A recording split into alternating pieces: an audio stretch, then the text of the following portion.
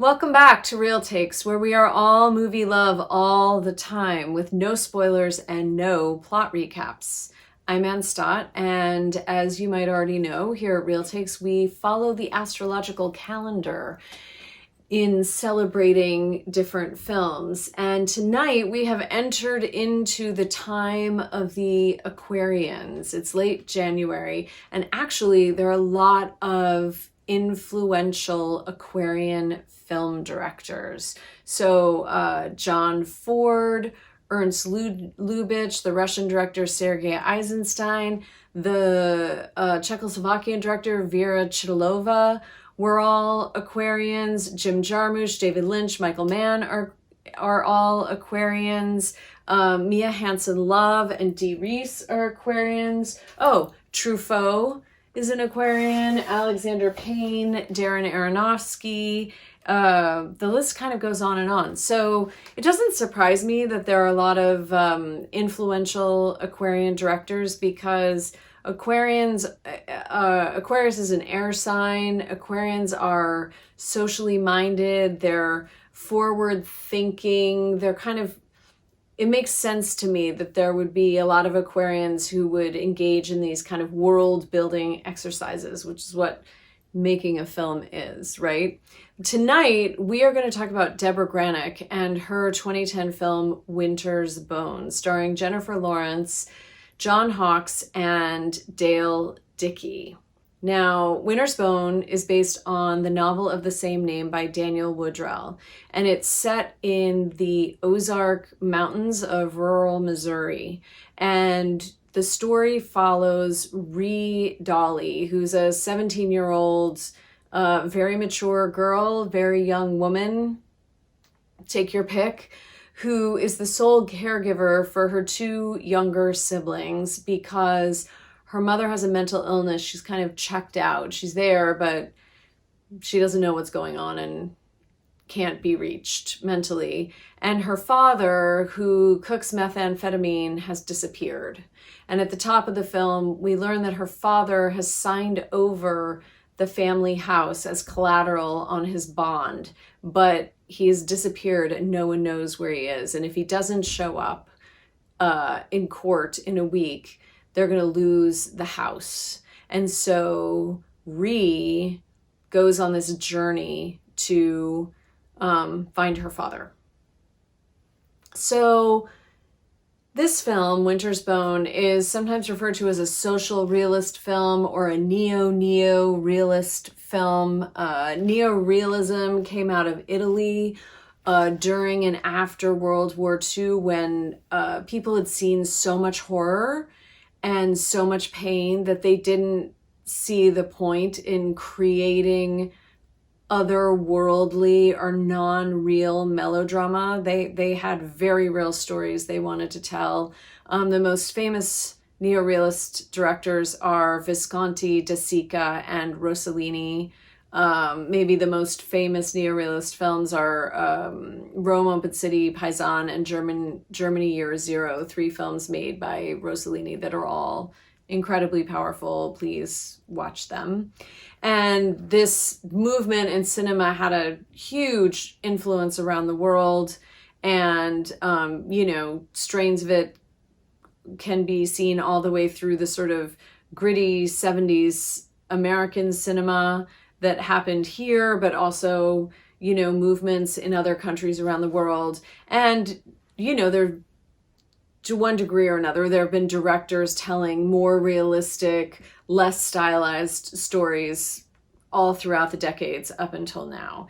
And this is definitely, in that strain of filmmaking where it's not a documentary. There's absolutely a narrative story that we're following. The camera isn't just following people around until something happens. There's a point of view from the camera and a momentum to the storytelling that is definitely a narrative experience. But within that, there's a lot of commitment to portraying these characters in this community in as sort of unstylized away as possible, just letting the community be presented on screen. And the production team went to great lengths to achieve this. First of all, they shot the whole film in the Missouri Ozarks, including the interiors, which is a little unusual. I mean, it's not totally unusual, but it's a choice, it's a commitment. And they formed relationships with people in the community where they shot and sort of gained the trust of the community. Also, the music in the film, the only song, well, there are one or two songs on the radio at different points, but then other than that, the only music that happens is sung by local residents who at a gathering were playing music and they captured it.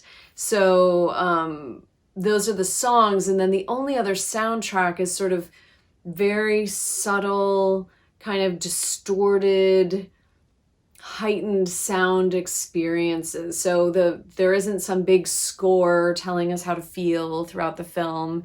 And the costume department, the way they handled costuming was that they bought new clothes and they traded the new clothes with local residents for their old clothes. And then they used those old clothes to costume the actors so that they weren't doing some kind of distressing process that can be well done, but still isn't the same as just taking the old worn clothes and putting them on the actors. So a lot of work went into respecting this community. And also Debra Granik talked a lot about, you know, how stereotyped and cliched rural poverty has been in many depictions, and wanting to kind of steer clear of that sort of depiction while still honestly showing what they saw around them. The exteriors of Jennifer Lawrence's character Ree's house were the house of the family that they became close to. And in fact, the younger sister in the movie is the girl from that family who they just decided to use as the younger sister. And aside from a few main characters, many of the smaller roles are played by local actors or local characters who they felt were right for the film. So just a lot of work went into being as respectful as possible of the community and representing the community as truthfully as possible. And you really feel that in the film. You feel that the film is grounded in that place in a powerful way. But I also want to talk about story, because there's really one story happening here. It's Jennifer Lawrence's story. Ree Dolly is trying to find her father, who has a long history of cooking methamphetamine, and she has to come up against a lot of challenges to find him. And we don't have subplots here. We follow Ree on her journey. She's in every single scene in the film. The camera cuts to other characters, but I don't think we ever have a scene that she's not in. And, that's a pretty bold storytelling choice, especially when you're making an effort to represent a community. Like, the obvious choice would be to have these other characters and show their world outside of the main character, but they didn't go that route. They followed Ree on her journey, and it's a real testament to how committing to one story can actually reveal so much, because as we follow her in these interactions and she comes up against different people who are suspicious of her, are hostile to her, have a lot to hide, or are hamstrung by their own situations, the community is revealed to us.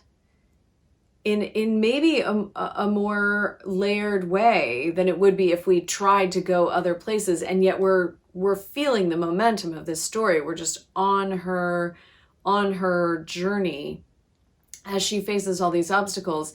And, you know, this story can be seen in many different ways. First of all, it's a modern Western. It's a lone person who has a need that has set them out on a path that puts them in conflict with, in this case, her own community, right? So it can definitely be seen as a modern Western, but then it can also be seen as a mafia story, as a sort of, you know, mob family, crime family story where all these people are distantly or closely related to each other, and they're in business, in an illegal business together now.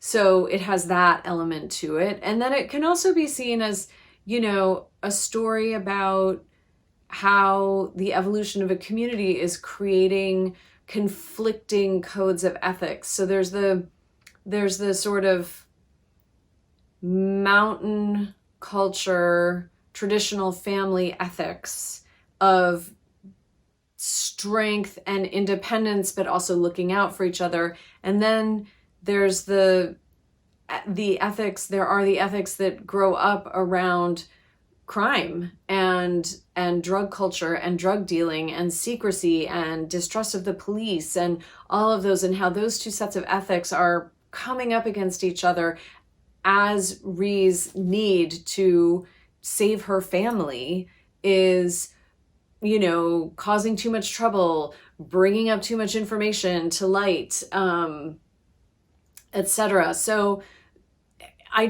one of the many things I love about this movie that I find so fascinating is that they really stuck with one story, but through that one story, so many different themes emerge, and such a broad picture of the community is developed. I just want to shout out for John Hawkes and Dale Dickey. This film really elevated John Hawkes' career, which is so good because I feel like both of those actors, whenever I see them, they just show up and they give the character and the film exactly what it needs and they leave. I'm always so moved and so inspired by their work. So I love seeing them here. But of course, even though this film did really well for a low budget film, so this film was made for $2 million, and, you know, that's not the lowest budget film we've talked about on this show, but it is very far from the average feature film release budget in the United States right now. And even within those constraints, the film was nominated for 4 Oscars, including Best Picture, and played at tons of festivals, got a lot of attention, rightfully, but is still best known as the film that launched Jennifer Lawrence's career. She was, I think, 19 at the time of shooting the film, and she'd been in Hollywood auditioning, trying to make it, and she had auditioned for the role, and she had been told by her agents that they liked her a lot, but they were worried she was too pretty. And Debra Granik and her production team had gone back to New York after doing some auditions in LA. And so Jennifer Lawrence took a red eye to New York City, didn't shower or put on makeup, walked 10 blocks in the rain to wherever the production office was for the film, or wherever Debra Granik was, and auditioned again like that, and she got the role. And you can really see why they chose her, and you can see how that launched her into movie stardom. She's just she's a compelling presence on screen, and her choices are very real and authentic, and you can feel her strength. And getting back to her strength and talking about story, I forgot to mention that even though all these different themes emerge, there are 2 kinds of stories that this movie is not. One, it's not a romance, which is so refreshing to see about a 17-year-old young woman in our culture. I mean, you know, so many people would have added a romance layer to this story. The guy who helps her find the whatever. There's none of that, which is nice. And the other thing it's not is it's not a coming of age story. We never question that Ree has within her what she needs to get done what she needs to get done. Now, she might come up against too many obstacles, and she comes up against a lot of obstacles, but this is not about someone needing to learn who she is or needing to find strength in herself she didn't know she had. She has it.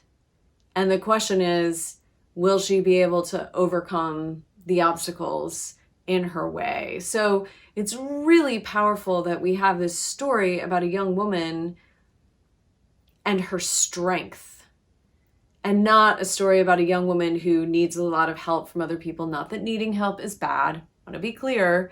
And she does get help from people and she does ask for help, but she has her own core strength and her own inner compass guiding her through this whole story. And it's part of what's so compelling about just following her. And it's part of why Jennifer Lawrence was so good in the role and then became a major movie star. And Debra Granik actually has a real talent for eyeing young talent, I'm so committed to this show not being scripted, but then there are moments when I say, Anne, was that the right choice? Okay, because her next film, 2018's Leave No Trace, her next feature film, Leave No Trace, starred Thomasin McKenzie, who is a young woman who has since gone on to have a very active movie career. So she really has an eye for finding these women who have, you know, a very clear sense of who they are as artists and a grounded presence on screen. And it did take 8 years for Debra Granik to make her next feature film, which is a little shocking given the attention that Winter's Bone got.